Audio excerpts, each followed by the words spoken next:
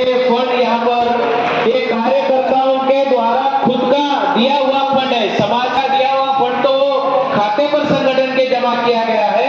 ये खुद प्रेरित होकर कार्यकर्ता भी अपना निधि ये नोटों के हार के रूप में माननीय मेश्राम साहब को भेंट कर रहे हैं।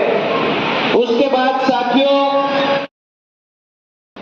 करेगा ऐसा मेरा यकीन है, विश्वास है।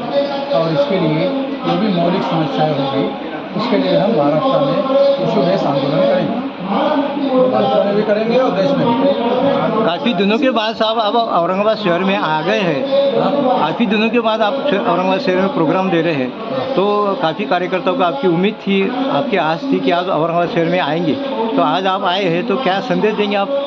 मैं यहाँ मेरी पढ़ाई हुई है जी सर। बहुत साल तक मैं यहाँ रहा, मराठवाड़ा में रहा, तो औरंगाबाद के लोगों से उम्मीद थी कि वो बड़े पैमाने पर साथ सहयोग और समर्थन दे, तो बहुत बड़ी संख्या में लोगों का पार्टिसिपेशन हुआ, तो मैं औरंगाबाद के लोगों का बहुत बड़ा हृदय से आभार व्यक्त करता हूँ। विद्यार्थियों का बहुत बड़ा प्रश्न है, जो एग्जाम होती है उसको छोड़ा जाता है, उसके बारे में आप क्या कहोगे सर? एग्जाम की जो ये होती है पेपर लीक हो जाता है, हाँ, उसके लिए बड़ा आंदोलन खड़ा हुआ है। हाँ, उसके लिए हम अलग से आंदोलन करेंगे, क्योंकि ये ऐसा लग रहा है कि जो जानकारी लीक होकर आ रही है इसमें सरकार का इंटरेस्ट लग रहा है, क्योंकि सरकार रिक्रूटमेंट करना नहीं चाहती है, मगर रिक्रूटमेंट का नाटक जरूर करना महाराष्ट्र में करना चाहते हैं और विद्यार्थियों को आंदोलन की बजाय लोगों को एंगेज कर देते हैं। सर, उपवर्गीकरण का विषय चालू है महाराष्ट्र में, उसके बाद खिलाफी और एक समर्थन उपवर्गीकरण जो है तो वो शेड्यूल ट्राइब बैकवर्ड क्लासेस के लोगों के बीच में आपस में लड़ाने बढ़ाने का कार्यक्रम। सर, ये जो राज्यों का अधिवेशन आज लिया गया है, कितने राज्यों से लोग यहाँ पर आ जाए? केवल महाराष्ट्र का है, कितने संख्या 36 जिलों से लोग आए हैं। कितनी संख्या में लगभग? हाँ? कितनी संख्या में लगभग? तो ये संख्या अभी हमने गिनती नहीं किया है, अभी गिनती करेंगे। बहुत ज़्यादा लोग थे, तो सारा समाप्त होने के बाद करना पड़ेगा। सब दलित संगठन, अगर आपने आंखों से देखा तो आप अपना आंकड़ा सर जी एक बात ऐसी है सर, जो लगता है सर एक बात ऐसी है कि जो उपवर्गीकरण का आंदोलन यहाँ महाराष्ट्र के अंदर, उपवर्गीकरण का आंदोलन जो महाराष्ट्र के अंदर चल रहा है, तो दलित संगठनों का ये आरोप है कि ये समर्थन में जो आंदोलन कर रहे हैं इनको आरएसएस बीजेपी के साथ है। नहीं, हम समर्थन में इसलिए कर रहे हैं इसका समर्थन वर्गीकरण का, क्योंकि एक जाति के लोगों को महाराष्ट्र में और नॉर्थ इंडिया एक जाति को टारगेट करके दूसरे जाति के लोगों को बीजेपी के कैंप में घुसाने का कार्यक्रम। वो दूसरी जाति के लोगों को ऐसा लगता है कि हमको देने के लिए कर रहे हैं,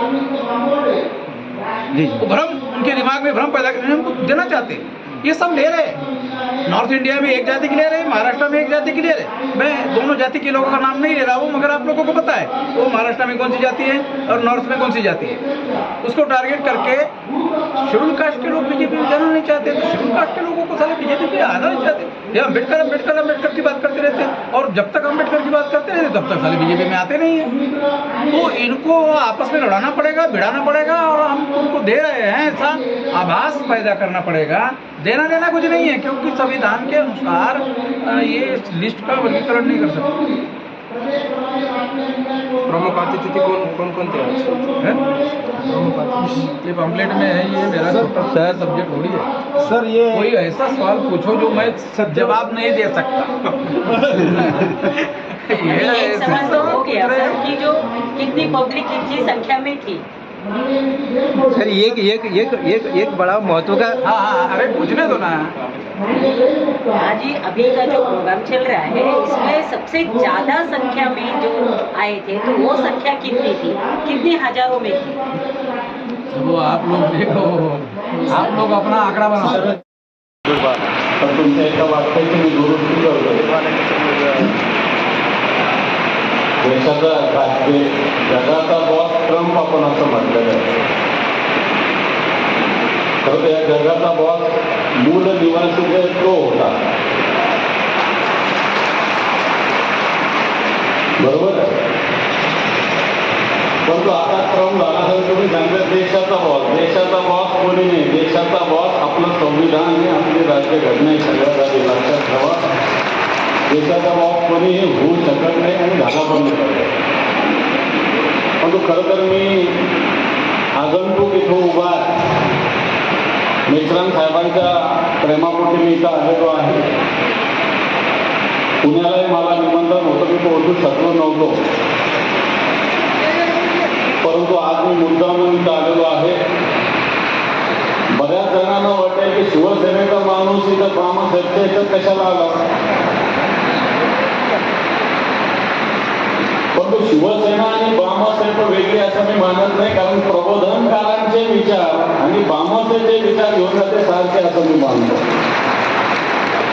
कारण प्रबोधनकारांनी जे सामाजिक समतेचा आग्रह धरलेला आहे, विषमतेच्या विरोधात, अंधश्रद्धेच्या विरोधात व लढा दिलेला आहे,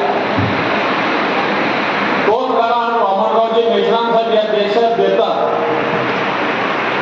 तोच लढा, तोच उद्देश आपला या संघटनेचा आहे. म्हणून मला असं वाटतं शिवसैनिक म्हणजे काय, एक काही जणांनी मीडियाने याचा प्रतिमा खराब केली. पण शिवसैनिक सुद्धा प्रबोधनकारांनी सांगितलेलं की 80% समाज करणारा समाज म्हणजे कोण. समाज म्हणजे अदानी अंबानी का समाज म्हणजे आपला दीन दलित दुबळा आपल्या झोपडपट्टीत राहतो, सर्वसामान्य गावात राहतो, तो समाज आहे की अदानी आणि अंबानीच्या मागे लागणारा समाज आहे. मला वाटतं हा दीन दलित सर्वसामान्य माणूस हा खऱ्या अर्थानं आपला समाज आहे, आपला घटक आहे, आपला मूळ निवासी आहे. म्हणून प्रबोधनकारांनी सामाजिक समतेचा संदेश दिला होता, विषमतेच्या विरोधात लढा दिला होता. फुलेशाह आंबेडकरांचा जो विचार आहे, बिरसा मुंडांचा विचार आहे, पेरियारजींचा जो विचार आहे, मग तो हा विचार जो आज वामनरावजी मेश्राम साहेब आपल्या माध्यमातून घेऊन जातात, मग तो विचार देशाला आवश्यक आहे. आज देशामध्ये वेगवेगळ्या पद्धतीने विचार पेरले जातात. थोड्याशा गोष्टी झाल्या की देशविरोधी ठरवलं जातं. एखाद्याने पंतप्रधानाविरुद्ध बोललं, एखाद्या